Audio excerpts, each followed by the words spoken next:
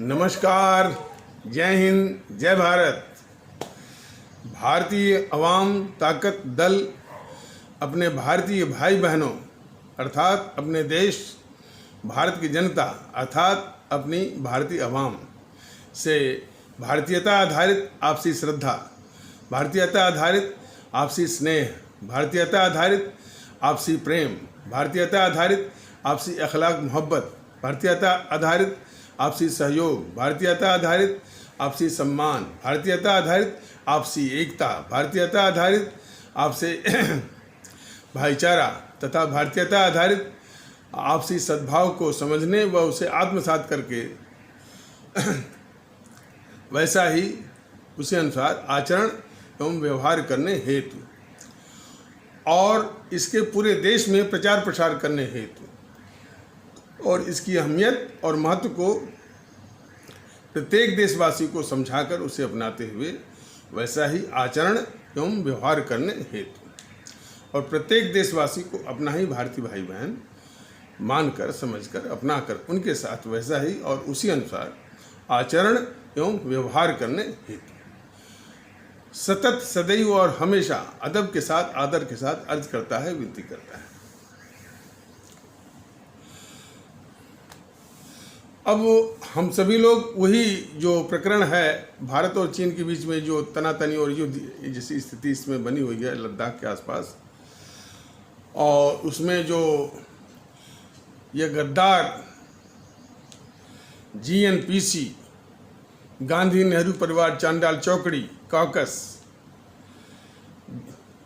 जिसके विषय में भारतीय अवाम ताकत दल विस्तार से बताता चला आ रहा है कि यह देश की सबसे खतरनाक शत्रु दुश्मन है, सबसे खतरनाक अपराधियों, सबसे खतरनाक शातिर और धूर्त अपराधियों का गिरोह है, सर्वाधिक ऐतिहासिक गद्दार है और सबसे खूंखार औपनिवेशिक ताकत है। यह भारतीय भाई बहनों को भारतीय अवाम ताकत दल कई तरीकों से समझा रहा है। अभी ये बात काफ़ी काफ़ी भारतीय भाई बहन समझ रहे हैं और काफ़ी भारतीय भाई बहनों को अभी समझना बाकी भी है। तो उसी के भाव में जो भ्रांतियां, जो भ्रम, जो झूठ, जो अफवाह GNPC और फिर उसके जो जोड़ीदार हैं भारतीय जनता पार्टी वाले फैलाए हुए हैं, उसी के कारण अभी इस GNPC के फितरत को अभी लोग अब वो जानने की कोशिश कर रहे हैं, अभी जानने के प्रयास में हैं और उसी की प्रक्रिया में है और वो भी जान जाएंगे। लेकिन इसी बीच उसी GNPC का मनमोहन सिंह के वक्तव्य को वो तमाम मीडिया वाले दिखा रहे थे। मनमोहन सिंह के विषय में भारतीय जनता ताकत दल बता रहा है और ये भारतीय जनता पार्टी के लोग भी जानते होंगे कि मनमोहन सिंह प्रधानमंत्री के रूप में,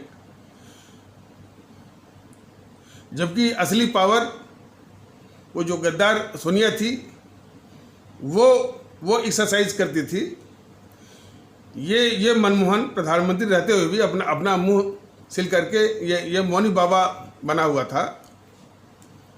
और जितनी लूट हुई है UPA 1 और UPA 2 मिला करके 2004 से लेकर 2014 के बीच में 2G घोटाला, CWG घोटाला मान कॉमनवेल्थ गेम घोटाला, आदर्श सोसाइटी घोटाला, पनडुब्बी घोटाला, अगस्ता वेस्टलैंड घोटाला, इसरो घोटाला, कोयला घोटाला,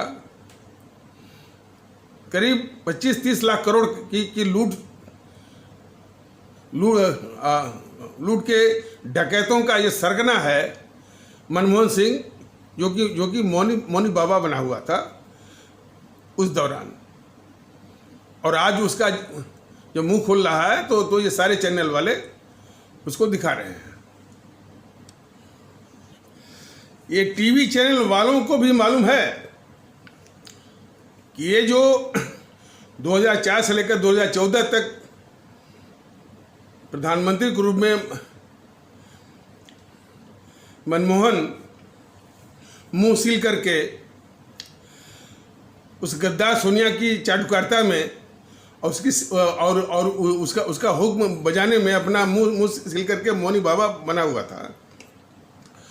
और 25 से 30 लाख करोड़ की लूट के डकैतों का ये सरगना है, ये बात टीवी चैनल वाले भी जानते हैं। तो हमारे आदरणीय भारतीय भाई बहन इन टीवी चैनलों की मानसिकता को भी जरा पढ़ें और इनकी करतूत को, इनकी फितरत को भी बहुत गौर से देखें कि यह भी देश के, हमारे मुल्क भारत के कितने खूंखार ये गद्दार हैं सर। जब भी वक्त आएगा इन गद्दार चैनलों का हमारा देश बहुत अच्छे तरीके से इन गद्दार चैनलों का हिसाब लेगा।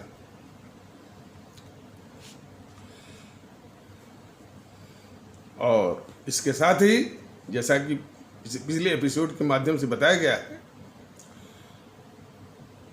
कि ये बीजेपी भी गद्दार है। गद्दार किस मामले में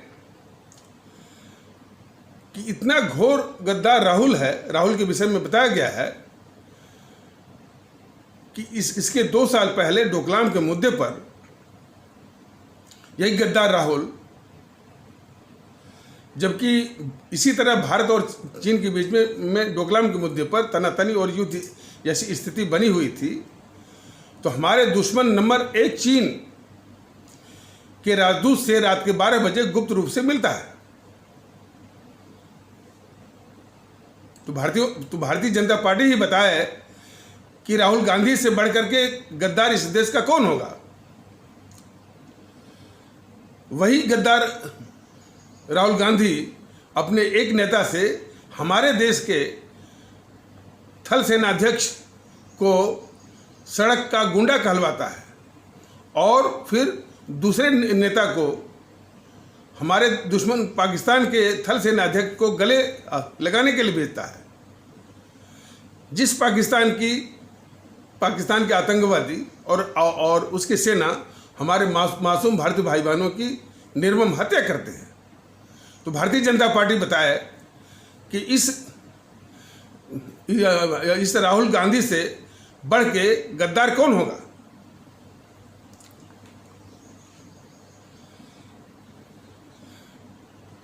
जब हमारी सेना दुश्मन के इलाके में जाकर आतंकवादी ठिकानों को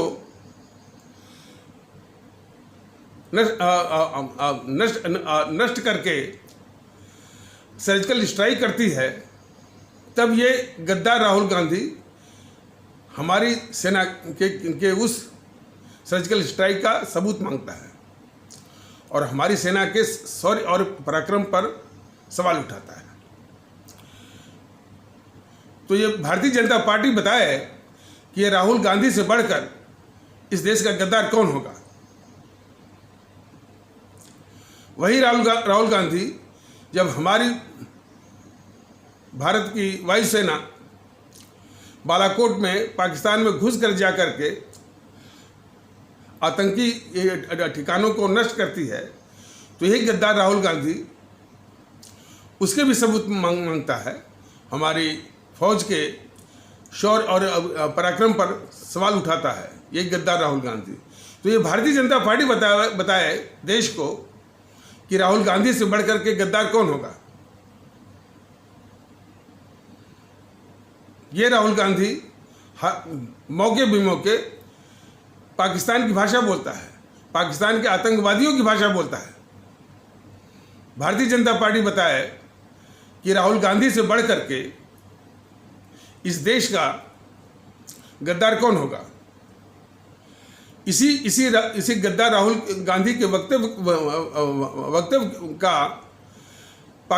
हमारे दुश्मन पाकिस्तान का मीडिया और पाकिस्तान का जो राजनीतिक माहौल है वो भारत के खिलाफ इस्तेमाल करता है। तो भारतीय जनता पार्टी इस देश को बताए, हमारे आदरणीय भारतीय भाई बहनों को बताए कि राहुल गांधी से बढ़कर इस देश का गद्दार कौन होगा।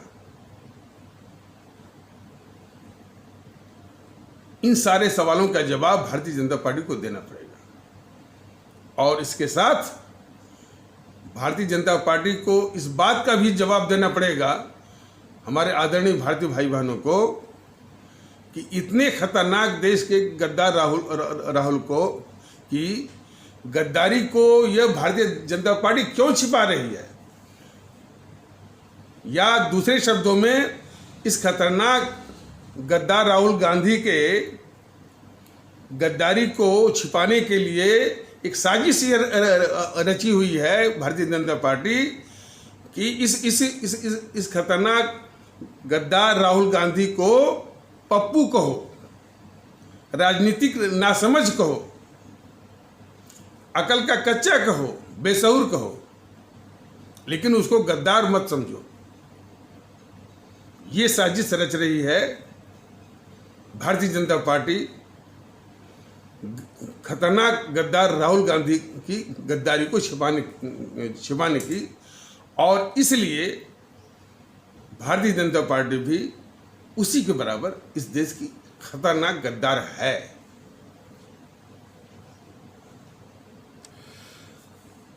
अपने आदरणीय भारतीय भाई बहनों से यह विनम्र निवेदन है भारतीय अवाम ताकत दल का कि देशभक्ति बहुत जरूरी है इस मुल्क के लिए।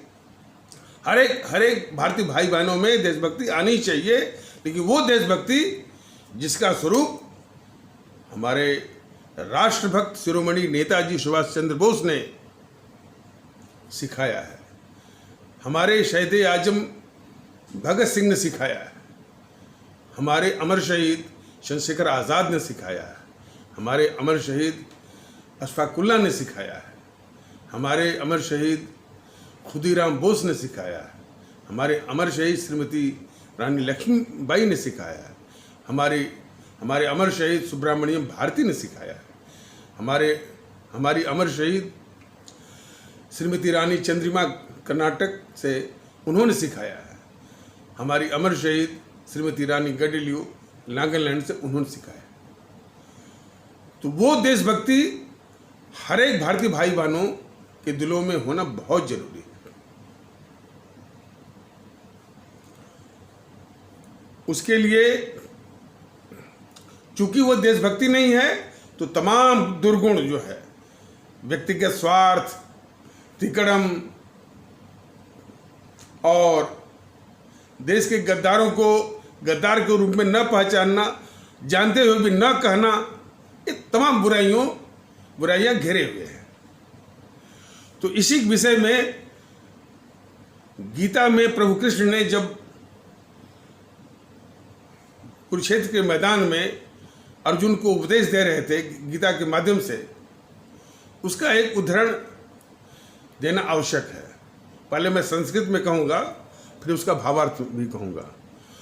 उन्होंने कहा था, उस कहने का मतलब यह था कि यदि आप ईश्वर हो चाहे अल्लाह हो, जो खुदा सब बराबर है, यदि उसमें आप मन नहीं लगाएंगे और उसको अपने हृदय में नहीं बैठाएंगे तो तमाम बुराइयां जो है वो घर कर जाएंगी और मनुष्य जो है वो नष्ट हो जाएगा।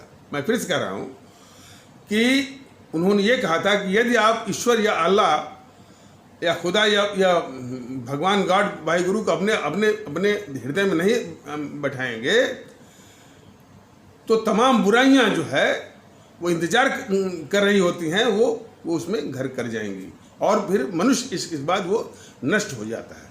तो इसी के संबंध में वो गीता का उपदेश है।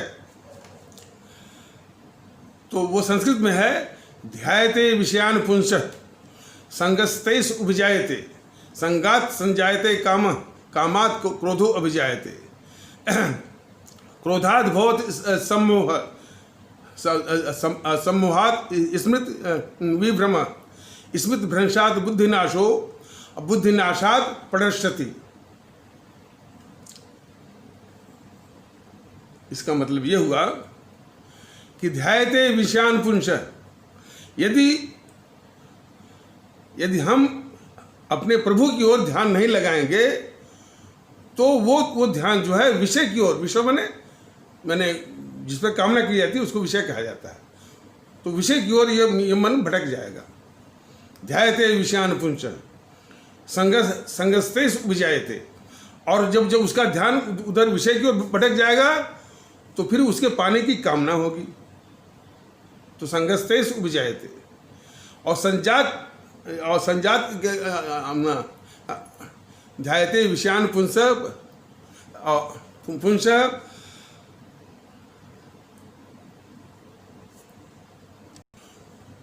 हाँ, और संगात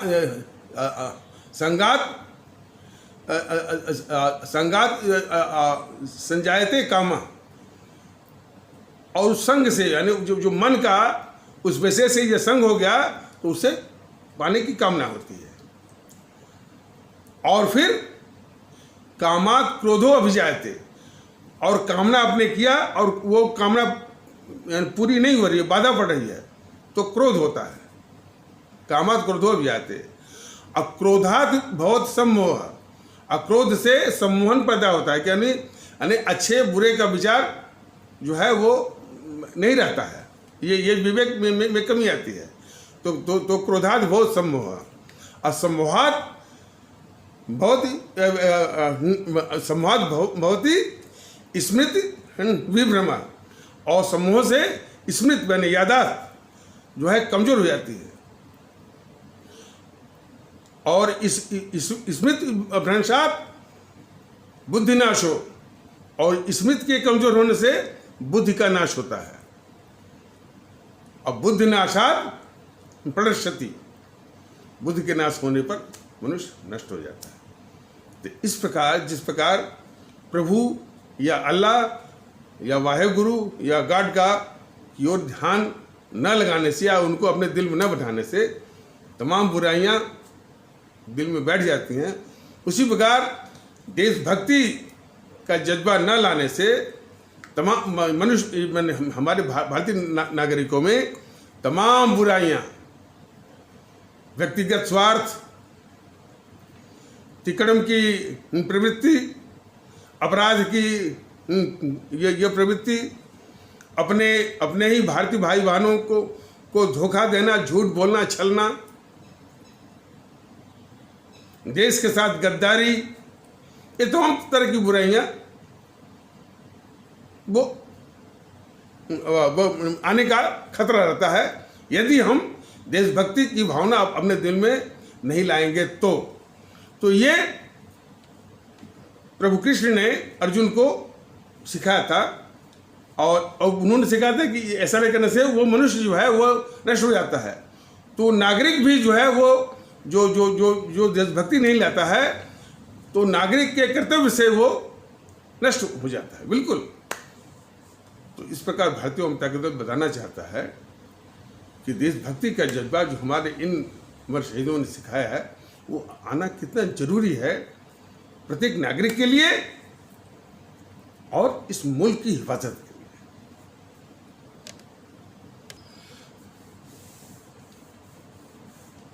देखिए, ये चूंकि राहुल गांधी की गद्दारी का नमूना इसलिए बताया जा रहा है कि इसी से पता चलेगा कि ये इस तरह की जो बीमारी है अपने भारतीय भाइयों बहनों में इस गद्दार राहुल को गद्दार के रूप में समझने या देखने की कहां किस और कैसे बाधा है।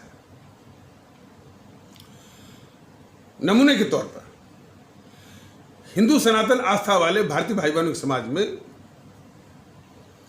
इन सबों ने, जो जेएनपीसी वालों ने, जेएनपीसी तो खुद ही एक गद्दार है, और भारतीय जनता पार्टी वालों ने जो फैला रखा है कि गद्दारी जो है या इस देश के लिए खतरा जो है, ये जो फैलाने माने फैला नहीं है, लेकिन इन सबों ने कोशिश की जरूर की है और कुछ हमारे भारतीय भाई बहनों को, यानी उस माने हिंदू सनातन आस्था वाले भारतीय भाई बहनों के समाज में कुछ भारतीय भाई बहनों को इन्होंने प्रदूषित भी कर दिया है, उनके दृष्टिकोण को प्रदूषित कर दिया है कि गद्दार जो है वो मुगलों के द्वारा है, मुगल आक्रांता हैं, या कुछ हमारे इस्लाम आस्था वाले जिनको आप मुसलमान कहते हैं उधर गद्दारी है। इस तरह की भ्रांति जो है जेएनपीसी वालों ने और भारतीय जनता पार्टी के कुछ कट्टरवादी तत्वों ने ये फैला रखा है, मतलब फैलाने की कोशिश की है, और कुछ तबके को ये कुछ तबके को इन लोगों ने प्रभावित भी कर दिया है। तो वो इसमें फंसा हुआ है कि वो गद्दार पहले किसको माने, पहले मुगलों में से माने या मुसलमानों में से माने कि राहुल गांधी को माने। ये दुविधा उसमें डाल दी गई है। दूसरी, ये बीजेपी वालों के जो बीजेपी का जो नेतृत्व है वो इस तरह का, और उस नेतृत्व के जो प्रचारक हैं, यूट्यूबर्स हैं, वो इस तरह की बात पेश करते हैं कि जो हिंदू विरोधी है वही गद्दार है। तो इसलिए राहुल गांधी जैसे गद्दारों को भी गद्दार पहचाने कहने में भी ये बाधा आ रही है। अब आ जाइए वो इस्लाम आस्था वाले भारतीय भाई बहनों में।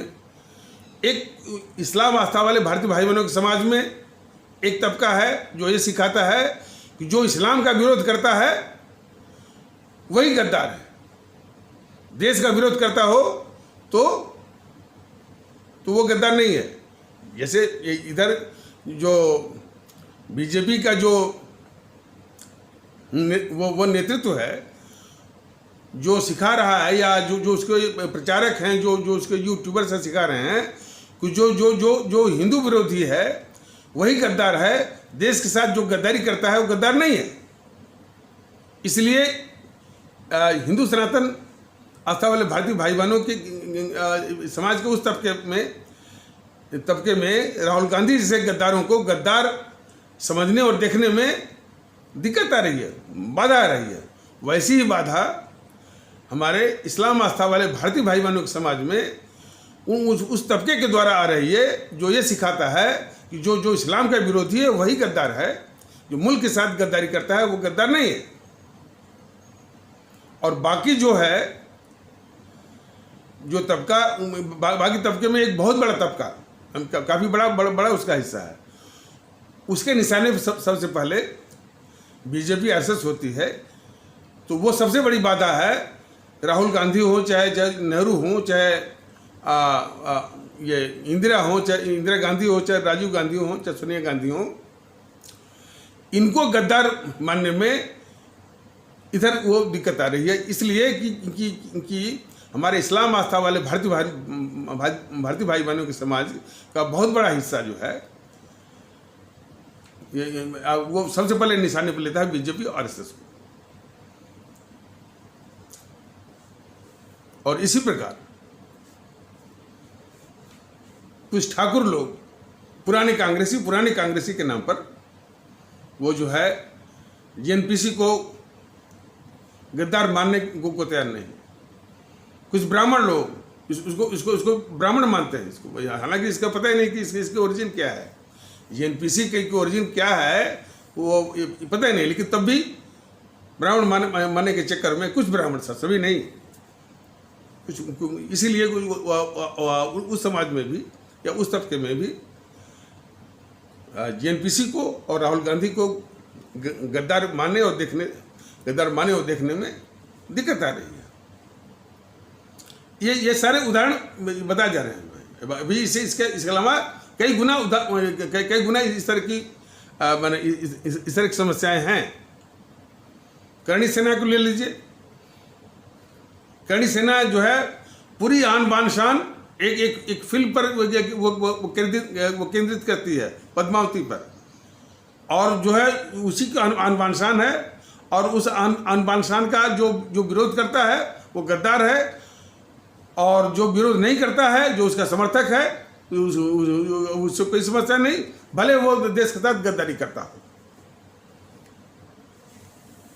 और जो सपा है, बसपा है, उसको तो देश मतलब नहीं है। तो ये मुख्य विषय हैं। इसी को भारतीय जनता दल यूट्यूब के माध्यम से आप लोगों के बीच में इन्हीं को विस्तार से समझाएगा कि देशभक्ति बहुत जरूरी है। उसी प्रकार जो है देश के गद्दारों को पहचानना बहुत जरूरी है, और इनको जो है वोट की ही चोट लगती है और कोई चोट नहीं लगती है। वोट के चोट के द्वारा इनको बिल्कुल शक्तिहीन कर देना है, इनको नष्ट में नाबूद कर देना है, इनको जो है इनकी पूरी शक्ति को शून्य कर देना है। तो देश के गद्दारों की जड़ें अपने देश में काफी गहरी हैं, और गद्दारों के खिलाफ कोई रोष नहीं है। ये तो दुर्भाग्य है।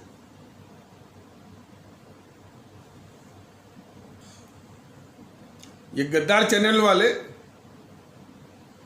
जेएनपीसी को गद्दार मानने को तैयार नहीं, उसके प्रवक्ताओं को बुलाते हैं। ये गद्दार चैनल वाले कम्युनिस्टों को गद्दार नहीं मानते हैं, उनके प्रवक्ताओं को बुलाते हैं चैनल में। और उसके आगे तमाशा देखिए, ये जो भारतीय जनता पार्टी के प्रवक्ता हैं, गद्दार जेएनपीसी के प्रवक्ताओं के आगे ये भीगी बिल्ली बन जाते हैं। ये किस देशभक्त को बर्दाश्त होगा? इतनी खूंखार औपनिवेशिक ताकत, इतनी बड़ी गद्दार जेएनपीसी के प्रवक्ताओं के आगे भारतीय जनता पार्टी के प्रवक्ता भीगी बिल्ली बन जाते हैं। और कम्युनिस्टों के भी जो कि कम्युनिस्ट इस देश के बहुत खतरनाक गद्दार हैं और देश के शत्रु हैं, उनके भी प्रवक्ताओं के आगे भारतीय जनता पार्टी के प्रवक्ता भीगी बन जाती हैं। और हद तो तब हो जाती है कि ये शेर तब होते हैं जब कोई इस्लाम आस्था वाला, इस्लाम आस्था वाले भारतीय भाई बहनों के समाज से कोई प्रवक्ता दिखता है, उसके खिलाफ ये शेर हो जाते हैं और उसको गद्दार कहते हैं। कभी कभी उसको गद्दार बोलते हैं। देखिए, तो भारतीय जनता पार्टी के नज़रों में मुसलमान ही गद्दार हैं। राहुल गांधी गद्दार नहीं है। ये कभी कभी सुनिए उसके मुंह से, समित पात्रा के मुंह से। वो जो प्रवक्ता आते हैं टीवी चैनलों पर इस्लाम आस्था वाले भारतीय भाई बहनों के समाज से, उनको कभी कभी गद्दार बोलता है ये समित पात्रा। राहुल गांधी को गद्दार नहीं बोलता है।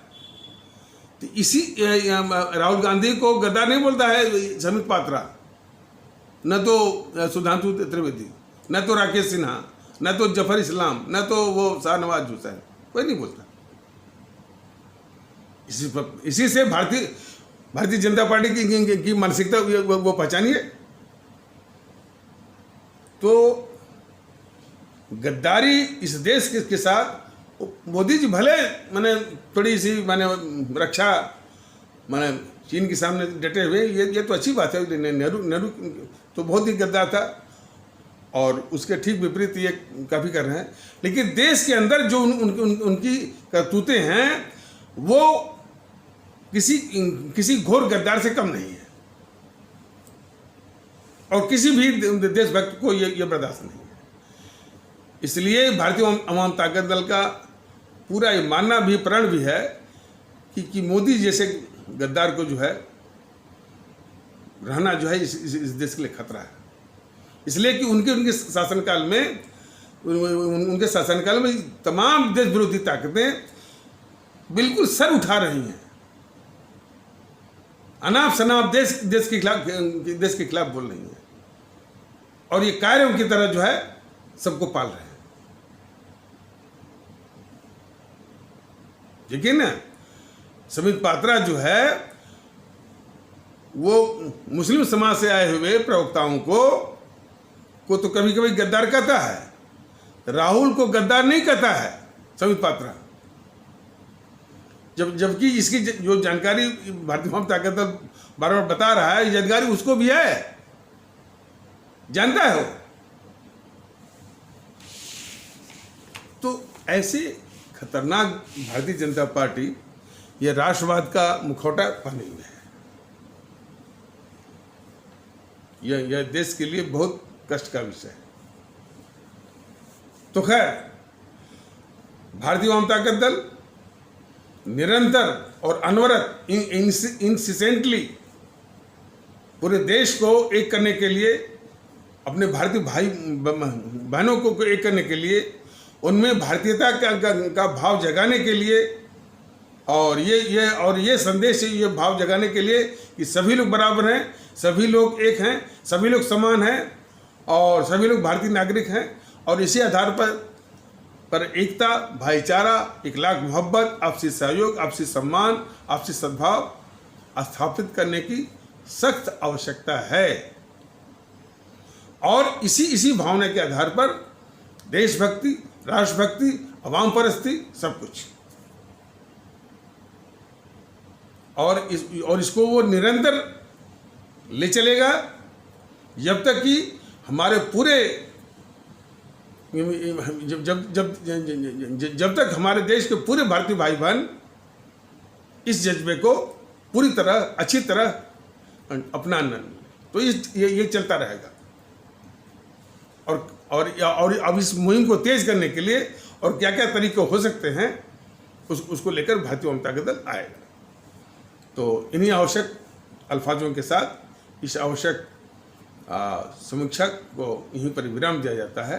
तब तक के लिए नमस्कार, जय हिंद, जय भारत।